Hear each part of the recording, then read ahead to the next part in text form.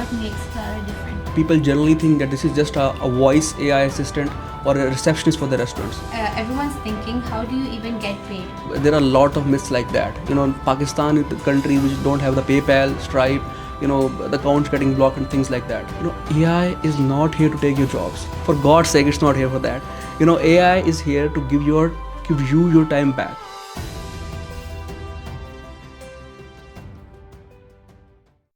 Assalamualaikum. My name is Amna Arshad, and this is the Park SAS podcast. And our guest today is Sheriyar. So, Sheriyar, how are you? Alhamdulillah, बताएं. Alhamdulillah, everything. So, we are going to ask you questions about SAS and your Clara, what you made. So, Sheriyar, you're 22 and you built an AI that handles thousands of restaurant calls, and you're doing this while studying in FAST. Take us back. What were you doing right before you built Clara, and what was the exact moment when you thought that this is something that you need or restaurants needs? Thank you so much, Amna, for having me. Firstly, I think this is a great platform for me to tell my learnings about the SaaS and contribute to, I would say, to all those people who are listening to our podcast, through which I would say they can learn about how they can build their own SaaS product from Pakistan. And I think the SaaS market is really growing market. And if you want to, come out of the services loop, this is the biggest opportunity that you ever have in your entire life. Um, if I talk about my personal journey, I initially started while I was working after COVID time, building e-commerce stores for Pakistan. You remember there was an e-commerce hype in Pakistan while everyone was wanted to start some kind of Amazon store, Shopify, and things like that. At one time, Time it was very influential time. yeah, I would say inflation. There are a lot of influences in the market at the moment also. So the thing was, we built and managed stores, and there was I remember one time that we were managing almost 50 plus stores of the people who were in the more specifically in the Daraz market. But as I say, the Pakistan is one of the most uncertain markets in the world. So yeah, that happened to us also. So out of nowhere, there was a random night when I saw the news, and it was like import ban has been imposed. So all in just one night, everything changed for me. So all those people who were very, I would say, satisfied with our services or willing to pay us, they started to call us and ask for their payments back. I remember I didn't have the CNAC at the moment. I was very young. I used to use my mother's bank account for that also. So I would say this was the very first and the most difficult period of my life, because literally we were bankrupt and we had to pay the payments back. The payments were already to the vendors in China. So from that, I stopped e-commerce, restarted the journey, and then we built a marketing agency. Like everyone in the Pakistan starts, the marketing agency where you provide the digital marketing services, the design part and the editing part. So then comes the real struggle, the struggle of going after the clients, having the meetings, and asking for their requirements. So um, I would have. You think this is when you say everything happens for a reason? Yeah, exactly. I think everything happens for the reason, but this reason, it was not a good one, I would say. Okay. So more specifically, if I talk about that, I learned one thing, that is one of the most unethical markets in the world is Pakistani market. And if you can survive there, I would say around the globe, if you want to work, this is just for peanuts for you. So we were initially charging a very small amount. So the company was bleeding. We had to pay the money from our own pockets for the team salaries and things like that.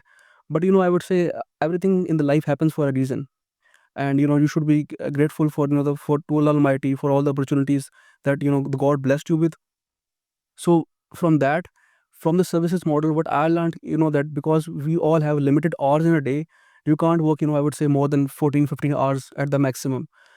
So if you want to come out of the loop of selling your services, because you and your team have limited number of hours in a day, so you have to build some kind of product.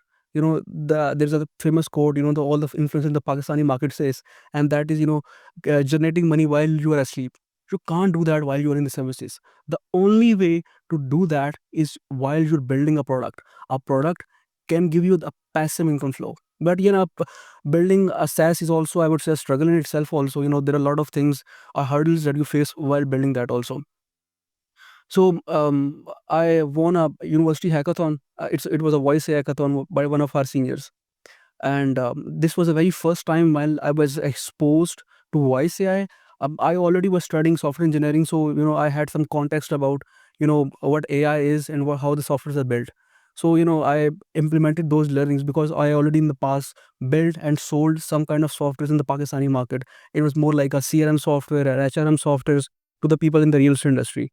So I had This is very quite impressive that you're studying whilst having a business, whilst having climbing. I'm sorry. yeah.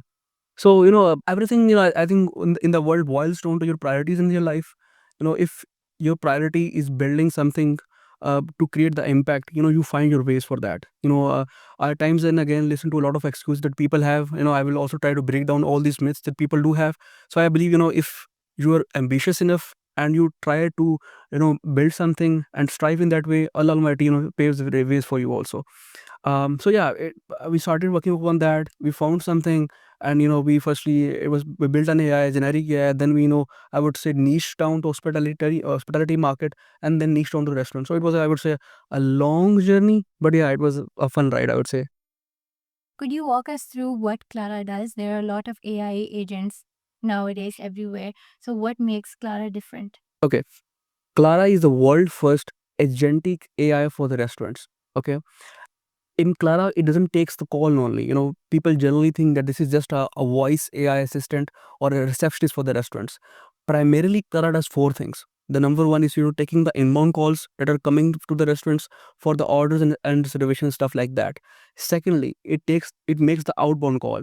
You have a restaurants and you want to do marketing, you can just upload all your contacts and information into that, and Clara will make a call by itself. Second thing. Thirdly, the ability of Clara to, I would say, to train the restaurant staff. So we are also helping in training the restaurant staff also. And fourth, inventory tracking.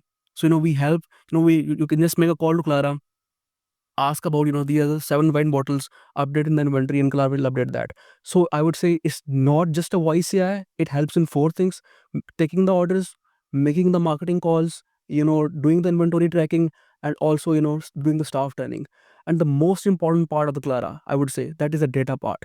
So from all these touch points that we have, from the orders, from the marketing calls, from the inventory data, from the staff training data, we can completely map your restaurants. So we have all the insight regarding your restaurants, and then on top of the data layer, we can make recommendations and predictions for your restaurant. That these are the things that you need to work upon.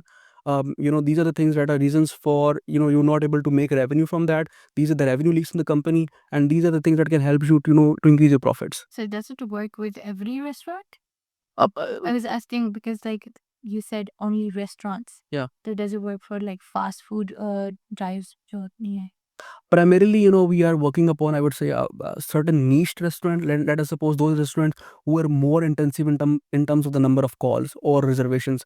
Like, we are working with some kind of Mexican restaurants, Chinese restaurants, or, those pizza restaurants or fine dining restaurants and things like that. You build SaaS in Pakistan where Strike doesn't even work. Everyone's thinking, how do you even get paid? Give us the real answer. Okay. The very first thing is, there are a lot of myths like that. Pakistan is the country which don't have the PayPal, Stripe, the accounts getting blocked and things like that. Here I want to add something, that is, I would say, the circle of, I would say, concern and the circle of influence. There are things which are out of your control, that PayPal is not working in Pakistan, the Stripe account gets banned and things like that. But there are things that we need to work upon, that they are in our control. So I would say that please work upon your circle of influence, those things that you can take control of. Uh, if I specifically want to answer your question, you just have to, I would say, avoid the shortcuts. Set up a LLC in the states. It will cost you around 300 to 400 bucks. You can set up an LLC, and from the LLC company account, you can have the physical bank account also, and you can set up all the payment gateways. So it's very easy, I would say. But the pathway is avoiding the shortcuts and going with the right and a legal way of doing things. The next question is Pakistan has internet shutdowns. Yeah. Always. Yeah. Unreliable connectivity. How do you build an AI that needs real time responses? I would say a very good question. Yeah, I understand Pakistan has a lot of issues, and internet shutdown is one of that. Yeah, a shark attack. The shark comes in again. So if I add something here, that is, all the tech infrastructure of our product is overseas. All the data part, data center servers, they're either in states or either in Canadian market. So we tried, because the biggest problem in the voice AI is the latency part. You can't even, I would say, respond to a question in seconds. You have to be very, very precise, even to the milliseconds. So in order to tackle these things, we need a very high speed GPUs or the processors, and also data centers very close to the customer. So already we are serving in the states and Canadian market and Australian market. So all our tech infrastructure and servers are present there. So we are quite, I would say, aversive of this stuff, these shutdown and things like that. So I made sure beforehand. Yeah, I think we need, if you're building from Pakistan, these are things you need to take care of, before starting things. Load shedding. Yeah, Lord, tons of problem like that, I would say. So your customer acquisition was wild. You said you walked into restaurants for your first clients. Yeah. So how did it? I would say, my experience and expertise in e-commerce, and more specifically into, I would say, digital marketing, helped me a lot, because I had already the prior experience of the working in the restaurant industry. I was helping them with digital marketing, so I initially knows about ins and outs of that. The very first thing that we did, that was basically going to the restaurants, asking about their problems, because our target market was not the Pakistani market. To be more specific, we're more focused upon the, I would say, states, Canadian market and things, here international market. So what we did is basically, to I would say 10x our acquisition journey, is that collaborating with the stakeholders in the market. So in the B2B, I would say the biggest shortcut or secret to our success in terms of the B2B acquisition was to collaborate and coordinate with the industry leaders.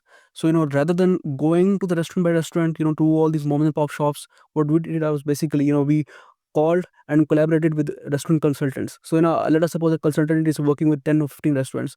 So if we just onboard one consultant, we are just able to get 10 restaurants in a row, rather than going to all these things and convincing them again and again. So we did some kind of MOUs, paid them heavy, in terms of commissions, and the remaining is a story. Do you remember your first restaurant that said yes? Yeah. Yeah, I remember, it was an Italian restaurant, and I would say, before that, we had almost, 2 or 3 months having all these tireless meetings with the people, going through the demo, and they're asking what is the AI, and is AI taking our jobs and things like that, and we just wanted to expand something. I just wanted to add something here, and that is, AI is not here to take your jobs. For God's sake, it's not here for that. AI is here to give you your time back. So while the time that you are spending taking these calls and doing all these things, you can take the time back and spend on the experience curation for the restaurant, for the people who are coming to your restaurant and things like that. So we are giving your time back, not, I would say, replacing and you're taking your I job. think that's a question for everyone has that question. Yeah. Are they taking our jobs? I think AI will not take your job, but the person using AI will definitely. Yeah, that is the thing. Where did you realize customer Loom demos showing Clara for their specific restaurants was the key? The thing is, I would say customer ultimately at the end of the day doesn't believe in what you say. They believe in what they're able to see, and if you're able to show, yeah, exactly, visually, if you're able to showcase something visually, it's, believe me, very helpful. So I would say it was, I would say, a kind of learning for us also, because initially we were also sending long paragraphs explaining about our product, sending those PDF and documents like that. But the most important and most highly converting thing that we learned from our entire journey was create that long video, explain about your product, using the videos and things like that. Our conversion rate jumped from 3 to 5% to almost 18 to 20%, just because we were using, I would say, videos comparatively to the text format that we were using in the past. So anyone who is building a product, anyone who is working into the B2B market, please, please, please add these Loom videos in your outreach strategy. It will do wonders for you. I think visually you can engage a person much better. Yeah, I think, if I talk about, think about red elephant. Think about that.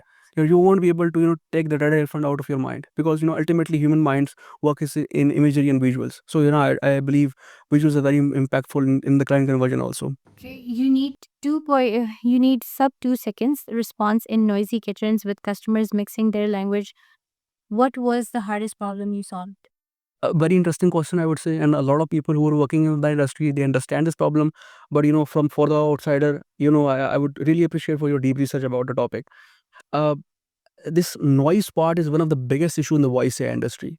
because there is a lot of voice in which you have to segregate the human voice. So our product architecture is built in that way that we are very very very focused upon to get only the real time human voice from all the noise. So noise segregation part is one of the biggest tech miracle that we did and inculcated in our product, and that is available in other products also. So we are very very, I would say, focused upon that part. Because what happens basically, I want to add something here. What happens basically when you don't do the segregation, you get the noise, and when you pass that noisy text, because if I give you some overview about tech infrastructure of the product, there are three main components: the STT, speech to text conversion, then that information is fed to any LLM like ChatGPT, let us assume that, and then the text response is converted back to speech. So if you're sharing all these noisy shuffled voices, your response will be shuffled also. So now this very important point that we made sure in our product also, and someone who's building in the voice AI industry, please do focus upon that also. I hope you didn't record it in Pakistan and street vendors. Yeah, while I do the meeting in Pakistan, I remember mostly I do meeting in the morning because the time difference. But still, I used to have keep my mic muted and things like that while the meetings, because you never know whenever someone comes. You have a full course load at FAST, running plus running Clara, obviously. How do you split your time and what did your day look like? There is a Urdu quote there which means hum pe jo guzre hum hi jane. So the thing is, Fast is comparatively very, I would say, known for the ragda thing, and the very hectic schedule. So I believe that one of the most important things that I got from Fast, along with the ragda, was the ability to handle the stressful moments. The moment when client is asking for something, you don't have that, you're building upon that, or the product or any kind of software or tech, you never know about the very next moment it can break down. You remember, and I would say in the last, I would say, week, AWS went down and almost 60% of internet was down. Your Snapchat was not working. You guys know about that. Okay, so the thing was, you know the ability to manage stress, it was one of the most important thing that Fast gave me. And along with that, the most precious thing, that is the ability to tap to the network. My teachers, my mentors, they were super helpful for that. There are a lot of people who, I would say, when I get back to the answer, please explain me about these things, what should I be doing. And people are very supportive, a very, I would say, mentoring, in terms of tech infrastructure also, and also in terms of the life. They share, you should be doing this thing, connecting me with the right individuals. My seniors were very helping. So I would say, very blessed to have the right ability and right opportunity and right place to be in. So there are two ways to see the thing. One is that Fast is very bad, I don't have the time and things like that. And another is I have that ability. God blessed me with I would say one of the top universities in the Pakistan. So why shouldn't I? Fast is a very, I would say, practical. Yeah, They have a practical way of learning. yeah, exactly, I would say. Like that. Yeah, exactly. It's comparatively to other universities, it's comparatively very practical, I would say. They take everything very practically. You're like, if you're learning something, Yeah. it's a practical example. Yeah, exactly. The whenever there's a question in the exam, it's comparatively very difficult from what they taught. I think this is same for you also. Yeah, I understand. So you charge $49 to $200 per month through the economy. Walk me through the economy from a restaurant's perspective. Why is this a no-brainer? Okay, so I want to do some maths here. If someone is who's not interested into the maths, I'm really sorry for that. So the very first thing, One is interesting. but if you're a business owner and you're running a restaurant, or you will be very interested in maths also, I would say that. So the thing is, if I talk about the pricing part, unfortunately, we recently updated the prices. So no, our prices are not $50. We're charging from somewhere between 200 to 400 and things like that. Let me just give you some, I would say, a brief overview of how it makes sense and why it's no brainer.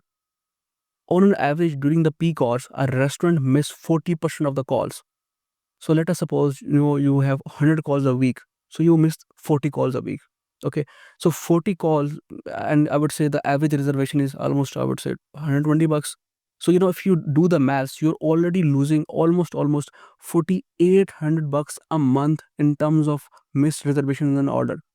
So if you're charging $200 or $400, you are literally saving almost 4 grand a month just by inculcating an AI that is responding to the customer queries, to the order reservation 24/7. So what I really think, that our product is being able to pay back all the investment that you do in terms of the one-time fee and the monthly minimum fee. in less than 18 days. So once we install the product, in the 18 days, it's able to, I would say, cover all the cost that you spend upon the product, and remaining, throughout your entire life, this is, I would just say, just the profits upon that. Yeah. So basically, there is no missed calls. Yeah, exactly. There is no, There's- because AI is we are able. Engaged lines. Yeah, exactly. There is no the biggest problem that people generally do have. I would say the complaint that they have with restaurants is that they are least responsive, and it makes sense to them also, because there are tons of things that they are doing. What I really think about restaurants is basically restaurant is not just one business. There are multiple businesses included in that. The kitchen itself is a complete factory of raw materials. Then the waiter taking the orders and things like that. So restaurants in the peak hour, you generally miss 40 to 50% of the calls. So if you're able to, I would say, add 50% to your revenue, it's a very big number at the end of the day. Just making people billionaires. This is our, I would say, end goal. So this is like a future question. Okay. It's October 2025 Yeah. right now. Where do you see Clara in April 2026? Yeah, I think a very question that is very close to my heart. And if I add something here, being a founder, your relation to your product is just like your baby. You are always thinking about that. You're always thinking of ways to improve that. And whenever I have the free time, I don't watch movies and things like that. I just working upon the product, because I love to I see that satisfaction when I see in the customer's mind ultimately at the end of the day, and the money is just a byproduct of that. We cannot relate. Yeah, makes sense. Okay, so if I add some numbers to this thing, at the moment we are already in 3 countries. We are in the Australian market, we are in the United States, and along with that we are working in the Canadian market. So my goal will be to go to this Middle Eastern markets, more specifically in the Saudis and UAEs, the states in the state, UAE and things like that. And at the moment we are almost processing, till date we've processed 40,000 plus calls. Why aren't you working in Pakistani market? You know about that. We discussed too difficult. This is, I would say, the most difficult market to work upon with. Because That should be your one of your goals. whenever we will make a lot of money, and for sure, inshallah, we will. And then A lot of patience. yeah, a lot of patience. Then we will get back to this market, and we'll not be doing the business here. We'll be doing philanthropy here. We're just giving the donations back, because you can't do the business in Pakistani market. There is a lot of, the biggest problem in the market is not people not having the money. The biggest problem in the market that I have faced, and a lot of my, I would say, friends or colleagues who are working in the industry are facing, is the, I would say, human ethics. You have the money in your bank account, but you won't be paying the your vendor on time, because you don't want to, because you think that this person whom I onboarded for certain services is ultimately, I don't want to use. Going to sabotage you. Yeah, I don't know. This is the worst type of mindset that I ever faced my entire life was the people in the Pakistani market. Because so this was the biggest reason that I shifted from this market. Can you give some advice to the person who is listening and thinking that I want to build something? What should they do tomorrow? Like what's the first step? The most practical roadmap to building your product and starting your journey is solving your own problems, because ultimately at the end of the day, the ability to solve the problem is what you can monetize and make money from. So what I really see in the market, and the biggest problem is, people generally build the solution and then try to find the problem. Yeah, there you actually work in the reverse cycle. So what you should be doing at the moment is see the problems around you, and I believe there are a lot of problems around you, and start building the solution. Start building that ability into you to solve the problems. And what you can do from that is basically you can talk to some other stakeholders in the market. Let us suppose we talked to the restaurant consultants and got the information about that, because we were not having that much of information. I believe if I already explained my journey also, that we initially started from e-commerce, then did social media marketing, and then voice, and I don't know about the future also. So if you start from somewhere, please start from somewhere, because if you start from somewhere, you will ultimately at the end of the day, and after some time, land to a very good place. But starting From a problem. starting from a problem, and starting is the most important thing. We just don't wait for the perfect moment, because there is no perfect moment, I would say. And please start do building. I would want to add something from the Iqbal's poetry, in Urdu. Iqbal said, जो आलम इजाद में वो आलम इजाद में करता है हर दौर में तवाफुन का ज़माना. Those who are builders, world bends are in front of them. So I ultimately feel at the end of the day that entire Muslim Ummah, and we need those builders, those innovators who can redefine and reshape our Muslim perspective to the world. That's a great answer. What's the best advice you've gotten, and what's the advice everyone gives you that you think it's pointless? You're living in Pakistan. You have Yeah. a brown family giving you advice. Yeah, I believe, there are a lot of people, there are a lot of things that you will ultimately listen at the end of the day.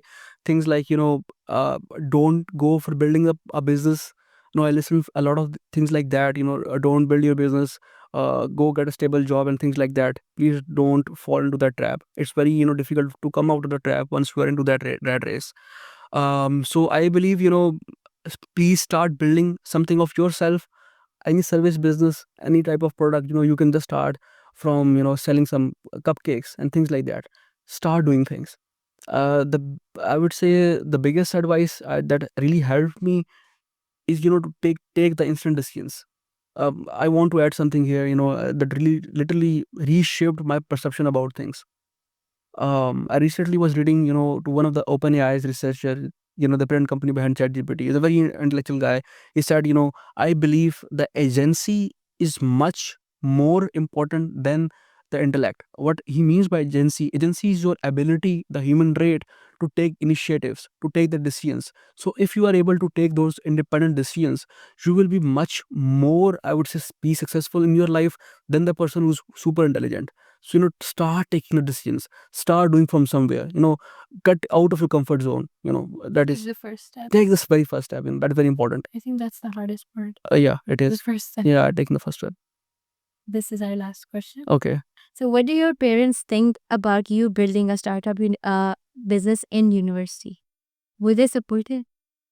What I want to add something, about every Desi household.